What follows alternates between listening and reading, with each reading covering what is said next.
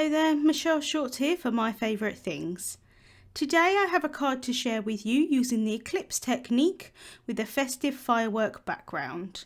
So let's get started. This is the festive fireworks stamp set. It's such a cool set. There are different layers that you can line up to create large fireworks. You can also use the layers separately. I also think some of them will work really nicely as flowers as well. So lots of opportunities with that set. I decided to create kind of like a map for myself to stamp the fireworks down. I'm actually not layering them up. I'm going to just stamp them as the layers are themselves. And I find it easier when I'm stamping with clear ink like Versamark ink and heat embossing to actually kind of make like a map for myself. So I've stamped out the images onto some scrap paper, the same size as my card front, and I just stamped them with some black ink.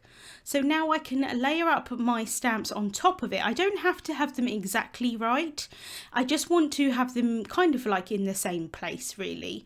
And I find that an easier way than stamping one down and then heat embossing it and then stamping another one and then heat embossing it, that kind of thing. So I picked up the stamps with the Misty Door. And then I've got a piece of smooth white cardstock. I'm making sure that it's in the bottom left hand corner, and then I'm going to prep it with an anti-static powder tool. I do remove the excess powder, but it did make my camera a little bit blurry for some reason, so I removed that from the video. But I do like to remove the excess powder. That's so that I'm not stamping down just onto powder basically. And then I'm inking up my images really well with Versamark ink. This is a clear sticky ink so that when I add my embossing powder on top, it's going to stick to it. I made sure to really stamp those images down, and then again I'm making sure that that cardstock is really in that bottom left hand corner so that I can double stamp. I don't usually do that with Versamark ink, but because these are quite large images, I wanted to make sure that I got quite a nice coverage of embossing powder. So I'm adding on satin pearl embossing powder. I thought that the pearl effect would look really nice with fireworks. I do think glitter embossing powder would also work really nicely, but I am going to do some emboss resist, so I'm going to add ink blending over the top, and glitter embossing powder isn't great for that. I'm just using a dry paintbrush to remove any excess embossing powder where I don't want it. And then I'm going to heat that embossing powder up until it's completely melted. And I still absolutely love seeing embossing powder melt before my eyes. It's something that I never tire of. Even kind of like this where it's pretty much white on white, I still love seeing how it looks. So that's all melted now. You can see that shine in the light, and I'm just removing any excess powder with a cloth. I'm then going to start ink blending over the top, and I'm using distress inks for this because I want to have the reactive properties of them, but any ink really would work for this. I'm starting off with Peacock Feathers distress ink on this firework here at the top. I'm going to kind of go over where the fireworks are with different colours, and then the rest of the background is going to be sort of like a kind of like a night sky really. It actually kind of a bit looks like a galaxy background, so I think it would work for either, but I wanted it to be quite dark around the outside edges but quite colourful where the fireworks are. So I added that peacock feathers in, and then now I'm going in with wilted violet. At this point I'm not making sure that I'm blending really nicely or anything like that, because I'm going to add so much ink over the top it's not going to matter. I just really want to add in that colour. I'm then going in with twisted citron, and I'm going to add some of that on that bottom firework there. So I do add a couple of layers of some of the colours just so that I get a nice saturation, but again I'm going to go back in afterwards and do that. Because purple and green don't really mix that well together, I'm just adding in kind of like a buffer colour, and that is Mermaid Lagoon. Again, I'm going to add a lot of colour over the top of this, so I probably didn't need to do that, but it is just nice just to kind of make sure that those two colours don't blend that well together. I'm then taking black soot and I'm going to go around the entire rest of the panel with this, and it's going to look really horrible to start with. It's not going to look nice at all. And again, I'm not taking much time to actually blend it that well. I'm just going to go around the entire edges, trying to sort of go in between the fireworks as well. So I have sped this up quite a bit. This ink blending did take me a little while, but I do think the results are worth it. I'm then going to go in with prize ribbon and I'm going to go over everywhere that I added the black soot in. Now, a lot of the black soot did end up quite grey, and I'm going to go back in, but I just wanted it to be slightly darker than what prize ribbon would ordinarily be. So now I'm going over with that prize ribbon, and you can see that I get a much nicer blend here, and it's kind of bringing the panel together. So just going around all of those fireworks. I am sort of trying to blend some of the colours into that prize ribbon as well, and then I'm going back in with the black soot, and I'm mainly just going around the outside edges with this just to really darken them up.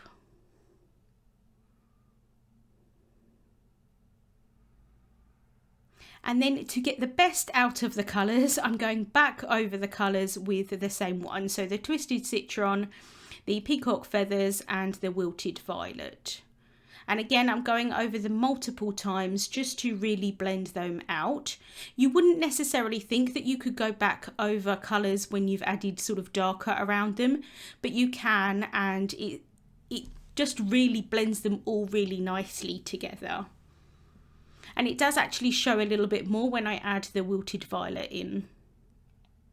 So you can see that I've got that nice blend between all of the colours, but you can still see that the colours are behind the fireworks and quite vibrant. I then didn't want the panel to be completely flat, so I'm taking some water and I'm just spraying that onto a non-stick craft sheet. I've added my panel into a splat box just so that I don't splatter water everywhere on my desk. I'm picking up the water with a brush and then I'm tapping the brush onto the panel. If I wanted to have like really kind of bright dots, you could add some like kitchen paper or anything like that over the top and lift up the water, and it would make where those droplets are a lot lighter. But I actually quite like how it looks. I like the reactive properties of the Distress inks, how they work just splattering on the water as is. And then I did want to add a little bit of shimmer onto the card, so I'm taking some Sparkle Sheer Shimmer Spritz, again spraying that onto the non-stick craft sheet, and then I'm just going to splatter that on. And it doesn't make a huge difference to the card. It's not like really sparkly, but when it hits the light I think it's really pretty. I think honestly this card looks really pretty as is, and I could have just added a really simple sentiment like on a sentiment strip or something like that, and I think that would look really pretty, but I did go ahead and do the Eclipse technique with it. So I'm just drying this panel as not like 100% dry, but pretty much like 95% dry, and then I'm taking a cloth and removing any excess ink over that embossing powder, and that's just going to bring that pearlescent embossing powder back to life. So I've got my panel now and I'm going to die cut from it. I've got the Happy Birthday script Dynamics and I'm placing that over the top. I'm going to hold it down with tiny little pieces of some tape. This tape is very kind of like non-sticky, if that makes sense. It's removable tape, but I do just want tiny little pieces of it just in case it rips up any of the cardstock or if it kind of removes any of the ink, and it didn't, thankfully, and it doesn't usually, but I like to be cautious, so I didn't add too much of it. And now I'm trying to remove this die from the background. In an ideal world, I would have liked it if the word completely stuck in the die. It would have made my life a lot easier, but it didn't do that. So I'm actually just trying to remove that birthday word from the die, and I'm going to keep that in the background and then remove it afterwards. But the happy did stay in it. So I'm going to kind of set that piece aside, and then I can remove the birthday word from the background. just being careful here to remove that. And then I'm going to remove the dot on the eye as well, and I'm going to save that, make sure I keep that somewhere safe. I'm then taking some adhesive and I'm adding that onto the back of the panel. So I'm using some tape runner to start with, just kind of covering the majority of the back of the panel here. And then I'm going to go in with some on point precision glue, and I'm just going to go around all of those pieces of the letters. I want to make sure that I add a large amount of adhesive here because I want to make sure that it's stuck down really nicely. And then I'm also just going to go around the back of where that tape runner is, just so that it gives me a little bit of wiggle room for when I adhere this onto my card base. So my card base is an A2 size card base, so that's a finished size of 4¼ inches by 5½ inches, and that's from white cardstock. And I'm going to line up the panel on top, and like I said, because I've got that kind of wiggle room there, I can make sure to try and line it up as best as possible. I don't want to completely lay this, like really stick it down, because I'm worried that some of the letters might be slightly distorted, especially where the I and the R and the T is on the birthday word. So I've cut the die again from some white cardstock this time. I'm just going to pop out all of the inside pieces of the letters. And then without adding any adhesive onto the back of it, I'm just going to pop it in place. And that's going to help me line up the outside pieces as well. So I'm kind of just popping it in place, and then I can bring in my pokey tool here, and I'm just going to move the background pieces slightly just to fit around that word. And then once they're in place, then I can make sure that that panel is really well stuck down. I'm also going to add some more of the on point precision glue onto the back of this die cut so that I can add it back in, and that would be the inlay technique. So I'm just adding some adhesive onto the back of that and then popping it in place. And it just pops in quite nicely, a bit like a puzzle piece, just using my tweezers there just to make sure it's exactly where I want it to be. And then I'm going to do the same thing for the happy word. And then for the dot on the eye, I'm just going to take the negative portion.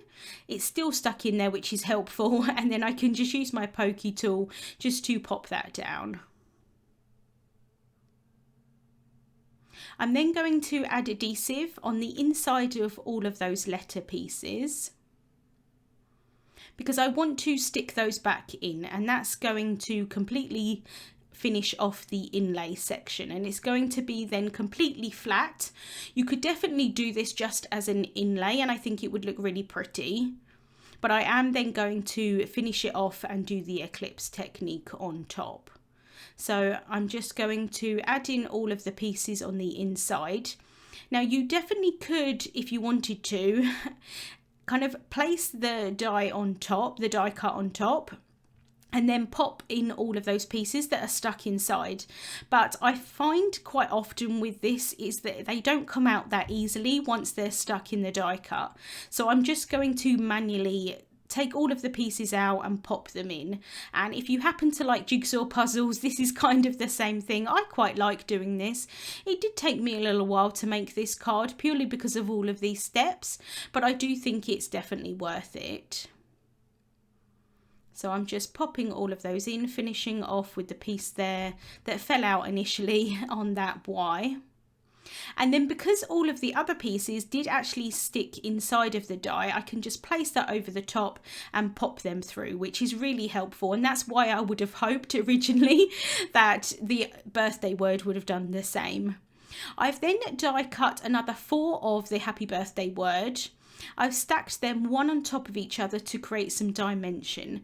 This is really helpful if you're doing eclipse technique, because you really want something to be popped up so that it makes it a little bit easier to see. If I just added the word on top from what I cut from the panel, it would be quite difficult to see. Now actually it is still difficult to see even when it's popped up, but the idea of the eclipse technique is the same as what happens with a solar eclipse. So when the moon goes in front of the sun, although you don't see the sun, you kind of see the sun sort of poking around the edges. You see the light from it, and that's the same thing with this kind of technique in card making as well.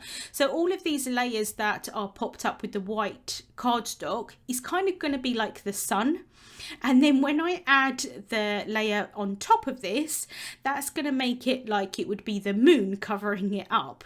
So when you see it from like different angles, you see that white cardstock kind of peeking through, and I think it's a really cool technique. I do think it's a little bit easier to read when it's a die cut, especially if it's a word, when it's more of a font that is a bit more basic.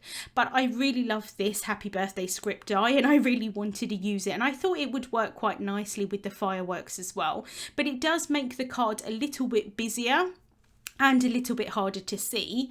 But at the end I'll kind of lift it up and show you the different angles, and in real life I think you can see it fairly easily, and it is one of those techniques that I think people kind of look at it and go, oh wow, how was that done? And so I really like how it kind of turns out in the end. So I'm just popping that happy on top. And then to finish off, I wanted to add some embellishments, so I'm using some clear droplets. So I'm adding some small dabs of that On Point Precision glue, and then just adding the droplets on top. And once the glue dries, it will dry completely clear. At the moment it is white underneath the droplets, but it will dry clear. And it's just going to add a little bit of extra dimension and interest onto the card. So I can just finish off with this one here at the bottom.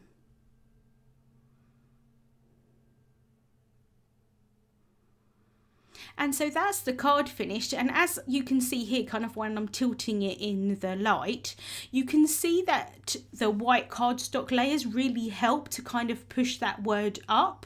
And although it is still obscured to a certain degree, hence that's why it's called the eclipse technique, I do think it's really cool, and I like how the card turned out.